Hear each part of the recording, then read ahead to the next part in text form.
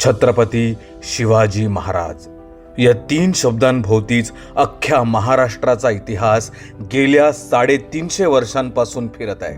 या संपूर्ण जगात महाराष्ट्र म्हटलं तर आपल्या या महान राजाचं नाव आपसुकच मुखात येतं.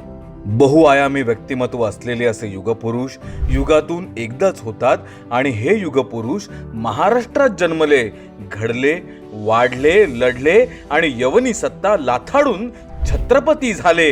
हे आपलं भाग्यच. शौर्य, प्रतिष्ठा, त्याग याचं सर्वात मोठं उदाहरण म्हणजेच छत्रपती शिवाजी महाराज. शठम प्रति शाठ्यम हाच शिवरायांचा कारभार. स्वतःभोवती एक सकारात्मकतेचं वलय निर्माण केल्यामुळेच डोंगर दऱ्यातील पोरढोरं मावळे बनून लढायला काय, मरायला सुद्धा तयार झाले.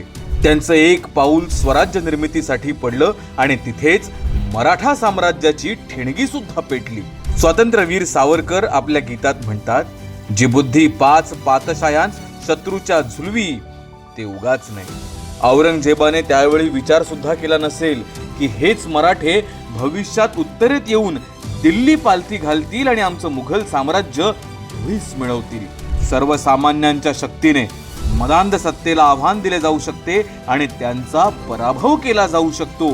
हा विश्वास महाराष्ट्रीयांच्या मनात रुजला गेला. तो दिवस म्हणजे शिवराज्याभिषेक.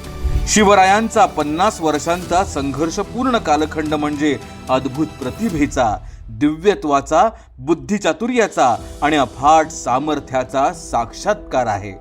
आपल्या महाराष्ट्राच्याच नव्हे तर संपूर्ण हिंदुस्थानाच्या दृष्टीने ही एक असाधारण गोष्ट होती आणि म्हणूनच सभासद बखरीत कृष्णाजी अनंत सभासद म्हणतात, या युगी सर्व पृथ्वीवर म्लेंछ बादशहा मराठा पातशहा एवढा छत्रपती झाला. ही गोष्ट काही सामान्य झाली नाही. हिंदवी स्वराज्य संस्थापक श्रीमंत छत्रपती शिवाजी महाराज यांना त्रिवार वंदन.